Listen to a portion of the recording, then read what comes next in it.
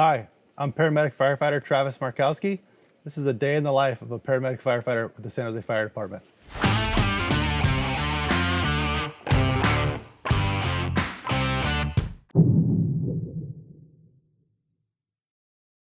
Well, good morning. We're on our way into work here. I commute in from Marina down by Monterey. It's about an hour 10. I work over at truck 13 on the C shift. I'm getting ready to start a 48-hour shift. It's pretty normal for us. We do 48-96, so 2 days on and 4 days off. I do love coming to work. I feel like it's a treat every day. I've been in EMS for, this will be my 17th year, which is kind of crazy to think about. I've been a paramedic for 12 of those and working for the fire department for 5 years. And this is definitely the best outfit, is getting to come to work, put on this uniform, serve the city that I grew up and was raised in, and just coming to see my crew that I get to work with. It's your second family. I spend so much time with them. Like I said, I'm coming in for 2 days. It could be 3 days. And you definitely get tight with the people you work with. So this firehouse, which we're actually coming up on, is my little home away from home.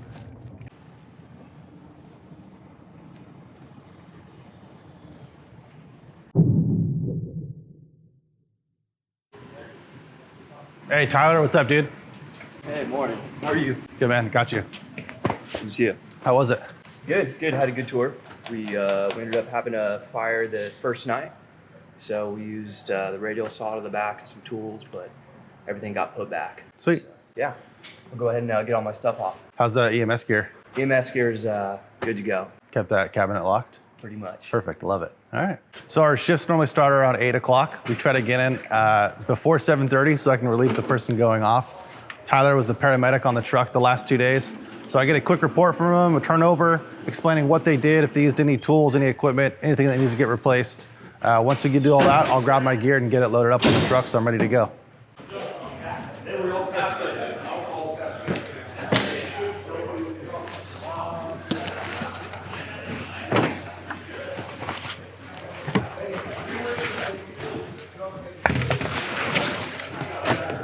So after I get my turnover, I get all my personal gear on the rig, I'm gonna start my checkout. I kind of go front to back. Everyone has a different method. I make sure my SCBA, my face mask, and all my breathing stuff that's kind of the most important thing to me, the life-saving stuff. So I make sure that's good, then I just start checking out all the gear. This is our medic cabinet. This is kind of my bread and butter here. This is all my gear, so I spend a little bit more time going through this stuff. It's a box of all our medications, IV start stuff, make sure everything here is good to go. And so I just got to make sure everything's up to date. We have enough of everything, and everything staged the way I like to have it set up. So if I got to use it quick, I know where stuff is. This here's our airway bag. If anyone has any breathing issues, it's got all our gear in here so we can address all that, from medications, oxygen mask, nebulizers, the intubation kit. So if someone's not able to breathe for themselves, I can put a tube down their throat and actually breathe for them. This is our cardiac monitor. Super important piece of gear. You can check all your basic vital signs on there. Hook you up to the heart monitor, see what your heart's doing. Get a 12-lead EKG. It's also an AED, so if I have to shock the heart, I can do it all from this unit. It's our pediatric bag. All the stuff for kids, everything's a little bit smaller. The most important thing in this bag, our OB kit. So if we end up doing a field delivery of a baby, it's got everything we need in here. This is our trauma bag, so any trauma patients, bleeding control, blankets, there's some more airway stuff. If you get like a vehicle accident or something like that, this is the go-to bag.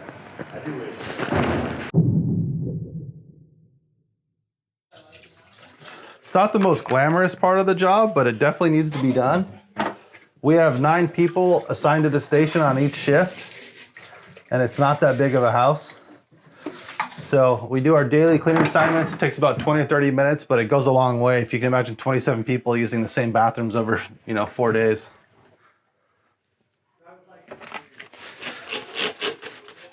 And then this translates into everything we do. That whole saying of how you do anything is how you do everything. You keep all your gear nice. If you take care of your gear, it'll take care of you. We try to be good stewards of city equipment and city property. So trying to keep all this stuff nice just translates into everything. It starts with the toilets, but it goes into everything we do.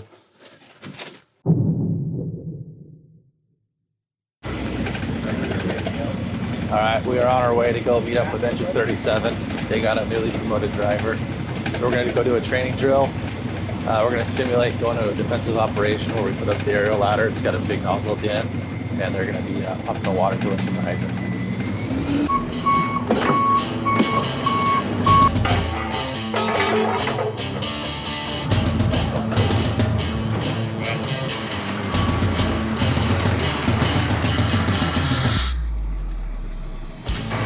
So the engineer has his continuous water supply from the hydrant.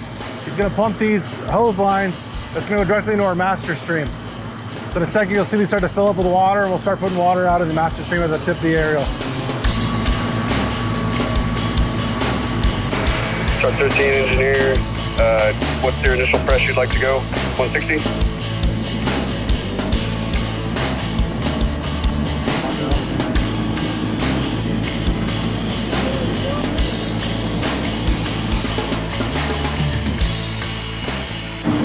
So I just went to the top of the ladder. There's controls up there for the master stream of that nozzle. And from the top, you get a good aerial view of where your stream's going. This way you can move it, direct it, and talk to your engineer to coordinate to make sure you get the right water on the right spot and enough water going there.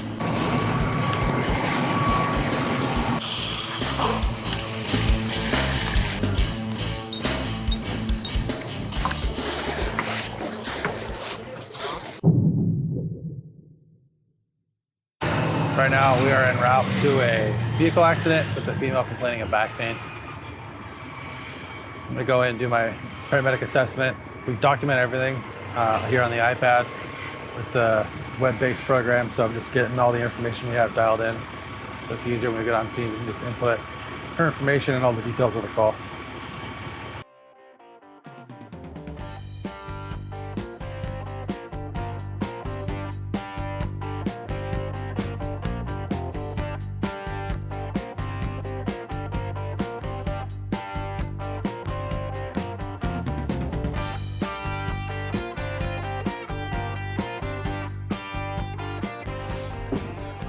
So we just got back from a traffic accident, ended up just being a minor fender bender.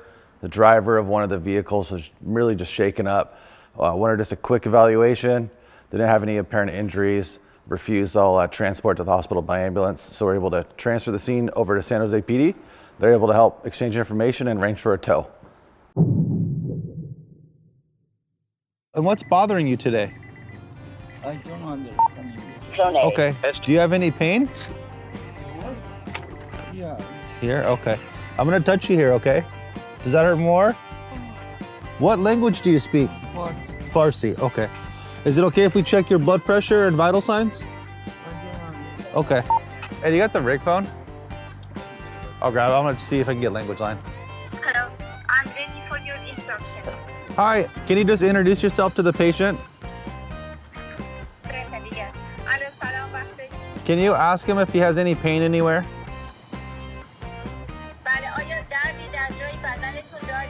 Thank you very much for your help. Thank Okay. you. And I don't think we have any more questions. Thank you so much for your help. I appreciate it. Okay.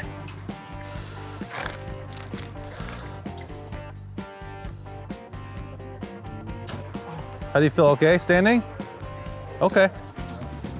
Sugar is normal. He's a little hypertensive, but all his other vitals are fine. We went through a Farsi interpreter to get. Okay.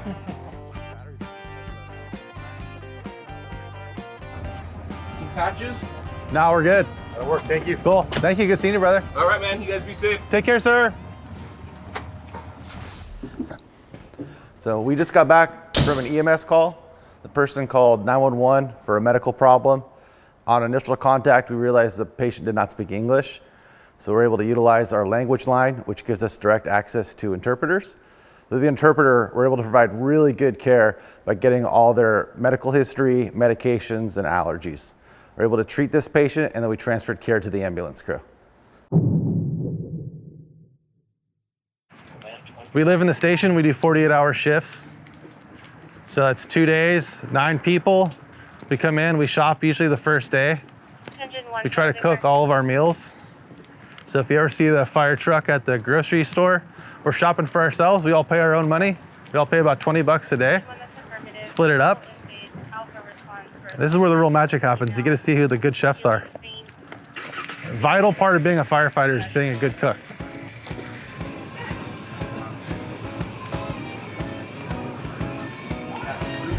We're normally pretty healthy in the station, but today we're tight on time, so we're gonna treat ourselves to some tater tots.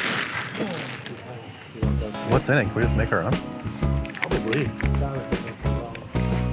Sugar, onion, cornstarch, red and green bell pepper, garlic, corn.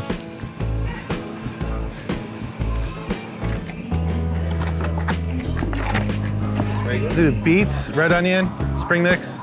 Like it. Walnuts. Walnuts.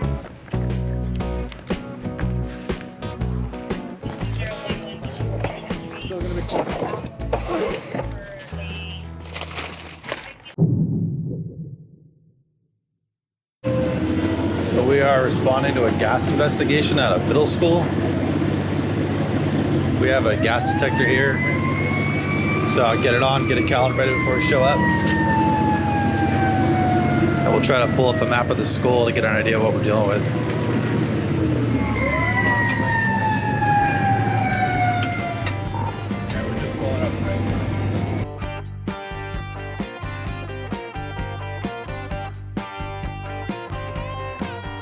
What if it's coming from outside?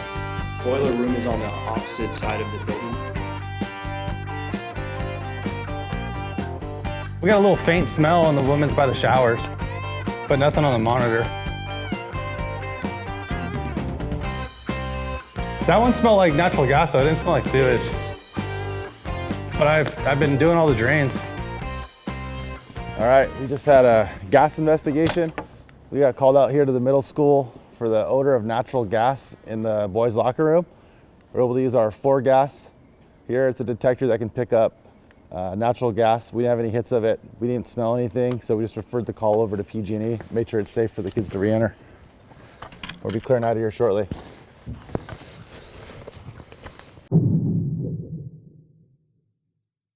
This is probably the most fun time in the firehouse.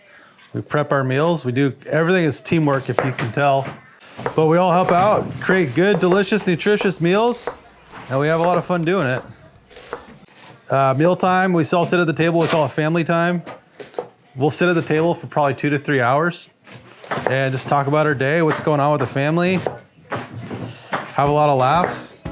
We have a probie here today, so he's gonna be doing some presentations on some policies.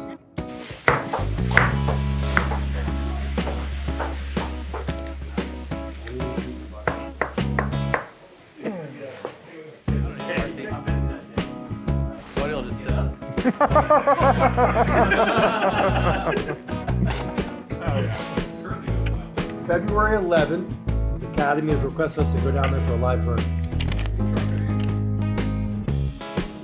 Ooh.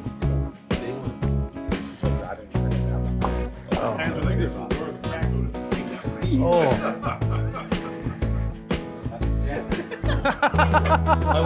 I was actually rigged. And then I walked down to the house with the irons behind my back and shit.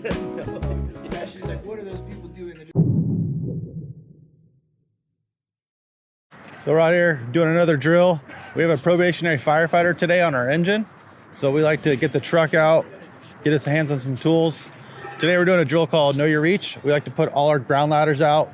He's gonna practice putting all the ladders up, and he'll be able to see exactly how far each ladder can reach.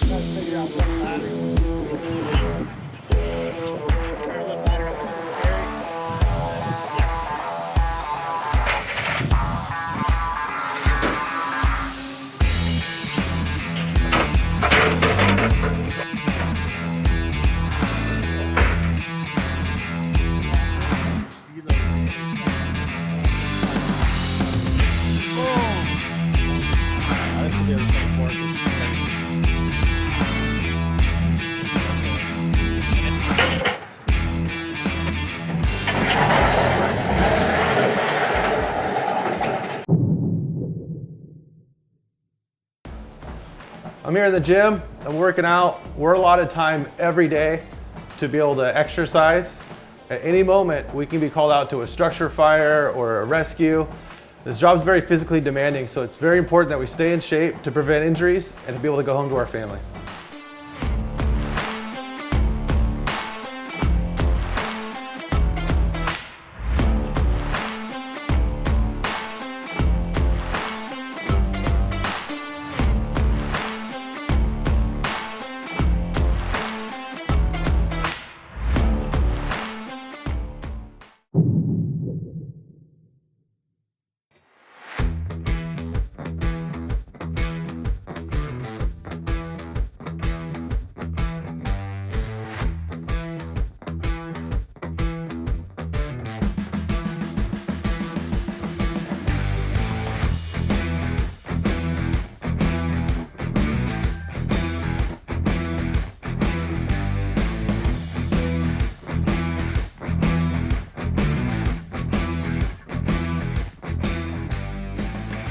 So we just ran on a chimney fire.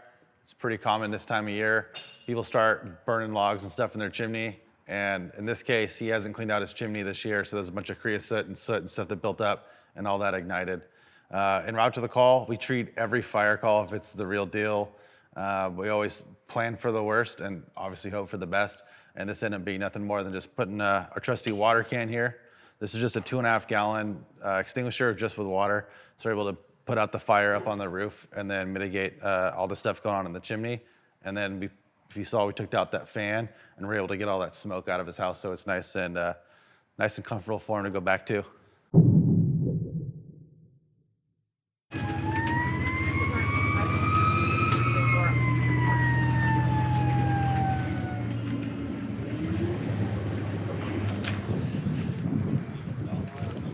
Get some epi going. Ready to go. Oh, I guess no epi because it's traumatic, but it's not bleeding, right?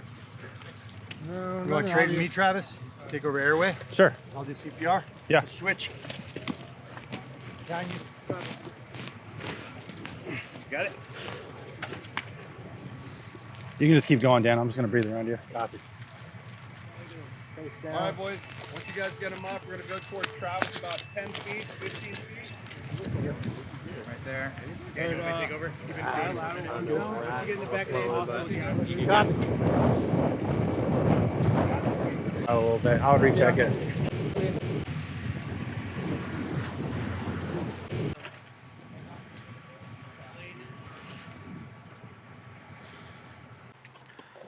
So we just got back from a call. The call details came out as a rescue involving the train. It wasn't very clear details of what we were dealing with. So en route, we're considering, is it a vehicle involved? Is someone trapped under the train? So we're just going through our head, thinking about getting ready to prepare what we're gonna do, thinking using airbags to possibly lift the train or extrication tools to free somebody from a vehicle. And when Engine 18, they got on scene right before us, they identified an individual was struck by the train. They were still on the tracks and no extrication or rescue is needed. And when we get on scene, we just immediately go into medical mode. So you switch out of that trucker mentality of I got to get someone out of a vehicle or get someone untrapped to providing medical care using your paramedic skills. Fortunate, we had another medic on scene from Engine 18 that started doing the medical care, and I just stepped in to help. You can see us doing, we ended up doing CPR on the individual. I ended up intubating them, putting a breathing tube in down their throat to help them breathe. The other medic was able to establish IV access and give some medications to give them the best possible outcome. And as we were able to package them up, we got them into the ambulance, we kind of cleaned up the scene, and we're back in service, ready for the next one. All right, it's about 10 o'clock. This is when we try to start winding it down, head up to the dorm, and try to get a little bit of sleep before the night calls start happening. This is my rack here. I just wanted to say thanks again for riding along with me today. I hope you got to see a good variety of calls. I think it's a really good example of what it's like to be a paramedic, firefighter here in San Jose. I think the variety of calls and every day is different. You never know what you're going to encounter, what your day is going to be like, and that's what makes it so fun, so interesting. The only thing that's constant is the crew you work with and the community that you serve. So those two things really keep me going. I was born and raised here in San Jose, so I feel very lucky to serve this community and do this job. We ran a decent amount of calls today. Truck 13, Station 13, the truck runs about 6 to 10 calls a day on average, and the engine usually is about 12 to 15 per 24-hour shift. And then at night, we're usually good for 3 to 4 calls between the 2 rigs. So I'm gonna try to get some sleep here before those calls come in. But thanks again for coming. I enjoyed it. Have a good one.